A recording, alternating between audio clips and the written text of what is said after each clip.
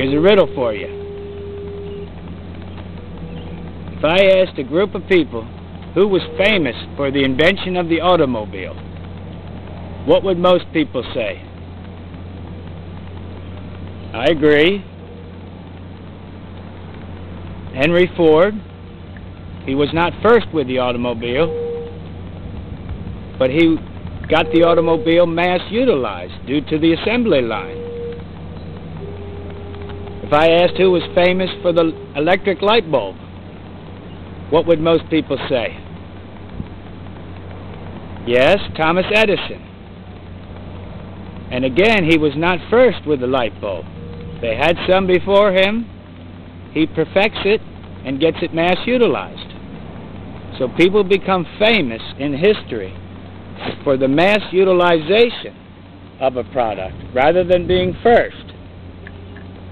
According to that same line of reasoning, who in history is famous for the invention of the bed that you sleep in at night? Yes, the bed that you sleep in at night. There's a guy named Murphy who made a hide-a-bed, goes up in the wall like an ironing board. But I'm talking about the common bed that most people sleep in at night.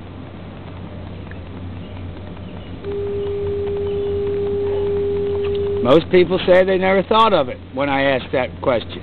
But some do actually come up with the answer. Very few. But it does confirm my observation in history. I'll give you my answer, and you can ponder it. Think about it.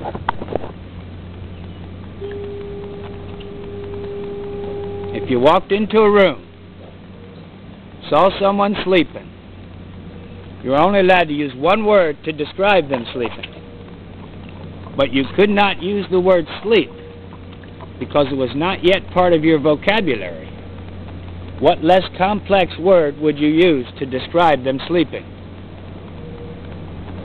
Every word has a time in history, like a birth date, when it was introduced. Like your vocabulary, mankind's vocabulary started with one word, added another and another, and they're still adding to it today. Before the word sleep was introduced, what term did they use to describe the person sleeping?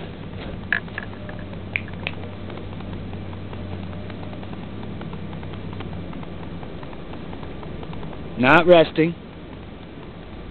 That's number 2. If you walked into a room, saw someone sleeping, what does he look like? Dead.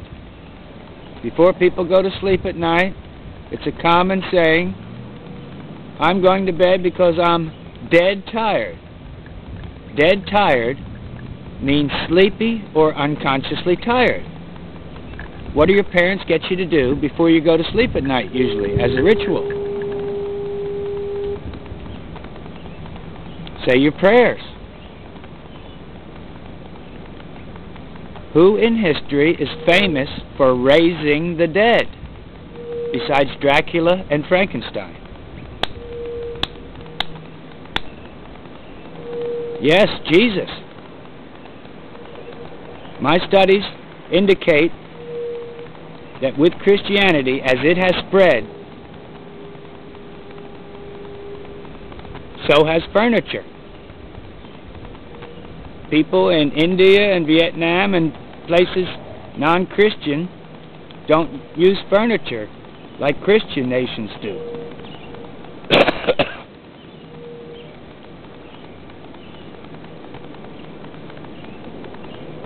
Before the word sleep, the word dead meant not conscious. It covered all the conditions for being not conscious before those words were made up. Before the word sleep, before the word deceased, before the word unconscious. Historically, you should be associating the bed with Jesus the same way you're associating automobiles with Henry Ford. Jesus was not first, But he was the first to notice that everybody needs to sleep in a bed, and that diseases can be eliminated by everybody sleeping in a bed. It's a story about a carpenter coming in, finding people sleeping on the ground,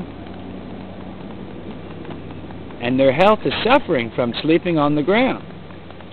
The carpenter puts stilts up underneath of them, gets them up off the ground, kind of like a nest for a bird's egg, prevents heat dissipation into the ground, which normally would lead to tuberculosis, the condition we call consumption that cowboys suffer from a lot, and it prevents parasite infestation through the pores of your body, which causes leprosy, which Jesus has cured according to the stories. So it's a story about a carpenter putting stilts up underneath the people, getting them to sleep up off the ground. People watching the carpenter do that, not having the word sleep in their vocabulary yet, would have described what Jesus was doing as raising the dead. Very accurate for the time.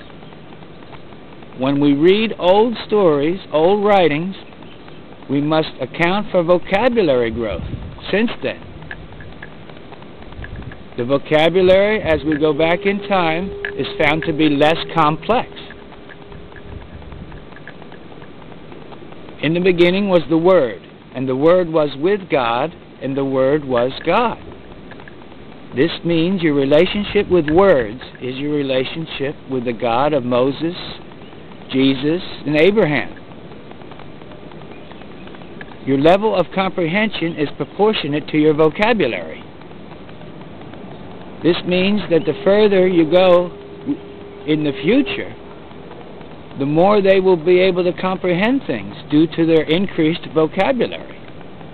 And as you go back in time, you find them less able to comprehend things because their vocabulary was limited.